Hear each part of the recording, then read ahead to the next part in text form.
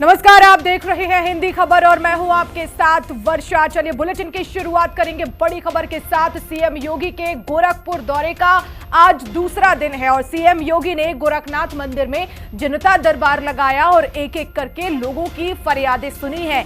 अधिकारियों को लोगों की समस्याओं के जल्द समाधान का आदेश दिया। जनता दरबार के दौरान पुलिस प्रशासन के आला अधिकारी भी मौजूद रहे और इस दौरान सीएम योगी ने मुख्यमंत्री राहत कोष से 2 लोगों को आर्थिक सहायता भी दी।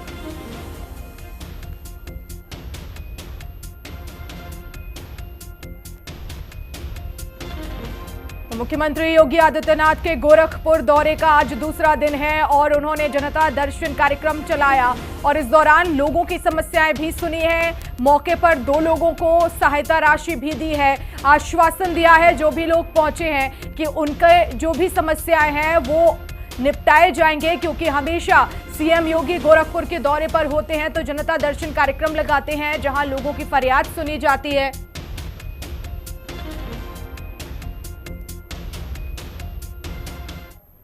और आज सीएम योगी आदित्यनाथ का अयोध्या दौरा है। मिल्कीपुर विधानसभा उपचुनाव को लेकर बैठक लेंगे। कार्यकर्ताओं नेताओं को जीत का मंत्र देंगे सीएम। फार्मेसी कॉलेज में राम दरबार का अनावरण करेंगे। तो बड़ी खबर इस वक्त की आपको बता रहे हैं, सीएम योगी आदित्यनाथ अधिकारियों के साथ बैठक करेंगे। फार्मेसी कॉलेज में राम दरबार का अनावरण करेंगे। मिल्कीपुर उपचुनाव को लेकर भी बैठक होगी। तो आज सीएम योगी आदित्यनाथ का अयोध्या दौरा और कार्यकर्ताओं नेताओं के साथ बातचीत करेंगे, जीत का मंत्र देंगे। उपचुनाव आने वाले दिनों में विधानसभाओं में 10 सीटें जहां पर उपचुनाव होगा और ऐसे में अयोध्या के दौरे पर मिल्कीपुर उपचुनाव को लेकर बैठक करेंगे और आखिर इस चुनाव में जीत कैसे दर्ज करनी है इसको लेकर कार्यकर्ताओं को मूल मंत्र देंगे, क्योंकि जो लोकसभा चुनाव संपन्न हुए उसमें भारतीय जनता पार्टी को करारा झटका लगा और ऐसे में अब बेहद जरूरी है कि कार्यकर्ताओं में एक बार फिर से नया जोश भरा जाए। और इसी खबर पर ज्यादा जानकारी के लिए मेरे सहयोगी प्रकाश इस वक्त मेरे साथ लाइव जुड़ गए हैं।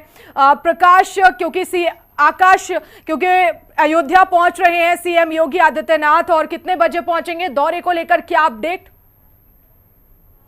बिल्कुल आपको बता दें, गोरखपुर से अब अयोध्या पहुंचेंगे। किसी देर में अयोध्या श्री राम वाल्मीकि एयरपोर्ट पहुंचेंगे। उसके बाद वो मिल्कीपुर के लिए रवाना होंगे, जहां अयोध्या विद्यापीठ में आज एक बड़ी जनसभा करने वाले हैं और वहां पे श्री राम दरबार का भी अनावरण करेंगे। प्राण प्रतिष्ठा होनी है, उस मूर्ति की प्राण प्रतिष्ठा की जाएगी। साथ ही साथ आज एक बड़ी जनसभा को भी संबोधित करेंगे।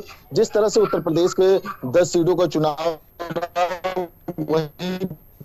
महत्वपूर्ण मानी जा रही है। मिल्कीपुर विधानसभा की जो सीट है उसको लेके आज मूल मंत्र है वहां के जो पदाधिकारी है, क्योंकि जिस तरह से देखा जाए सुबह से ही जो अयोध्या के पदाधिकारी है वो वहां बीजेपी के पहुंचे हुए हैं और लगातार तैयारियों का जायजा ले रहे हैं। वहीं पे अब ये भी माना जा रहा है कि आने वाले समय में जो उपचुनाव मिल्कीपुर में होने हैं इसको लेके एक बड़ी तैयारी की जा रही है, क्योंकि प्राण प्रतिष्ठा भी की जानी है श्री राम दरबार की वहां पे। और एक भाजपा की कहें तो प्रतिष्ठा का भी सवाल है वहां पे मिल्कीपुर सीट पे, क्योंकि जिस तरह से लोकसभा की हार के बाद लगातार किरकिरी हो रही थी, वहीं अब जो उपचुनाव है इसको जीतने की पूरी रणनीति तैयार कर चुकी है भाजपा।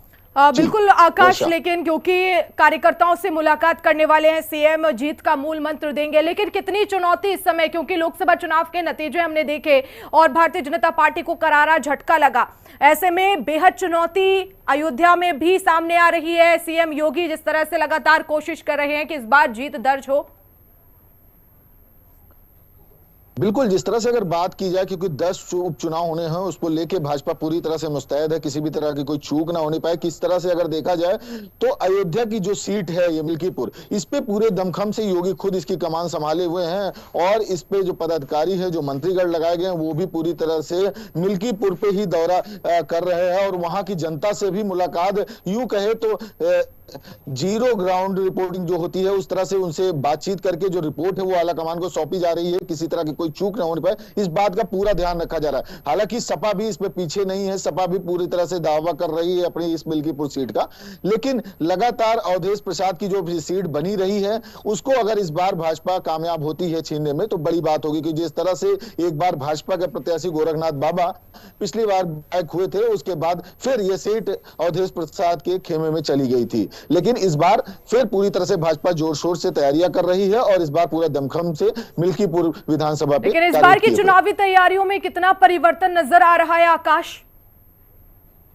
देखिए, अगर बात करें तो भाजपा की जो खामियां रह गई हैं, लोकसभा में इसकी समीक्षा बैठक की गई थी, कई बैठकें की गई थी जिसमें जो खामियां नजर आई थी उस चीज को लगातार भाजपा ने सुधारने का प्रयास किया और जो कमी थी उसको दूर करने का प्रयास किया। वहीं पे इस बार सबसे बड़ी बात यह है कि जमीनी स्तर पे लोगों से मुलाकात करना, मिल्कीपुर वासियों से मिलना और किसी भी तरह से उनकी समस्या जो है उसको सुलझाने का पूरा प्रयास कर रही है। इससे पहले ही एक बैठक अयोध्या में की गई थी सर्किट हाउस में, जिसमें पदाधिकारियों से मुलाकात हुई, इसमें गोरखनाथ बाबा भी थे। उन्होंने जो मिल्कीपुर क्षेत्र की समस्याएं हैं उसको बताया था और भी जो वहां पे विधायक थे उन्होंने पूरी तरह से जो मांगे आ रही थी वहां की उस मांगों की बात हुई। उसके बाद आज ये जनसभा होने जा रही है, करेक्ट 2 दिन बाद ये जनसभा होने जा रही है, तो जनसभा में पूरी तरह से उन मुद्दों को उठाया जाएगा जो कि समस्याएं बनी हुई है मिल्कीपुर क्षेत्र की और उन सब पे समाधान के लिए ये पूरी जनसभा की जा रही है। जी बहुत शुक्रिया आकाश।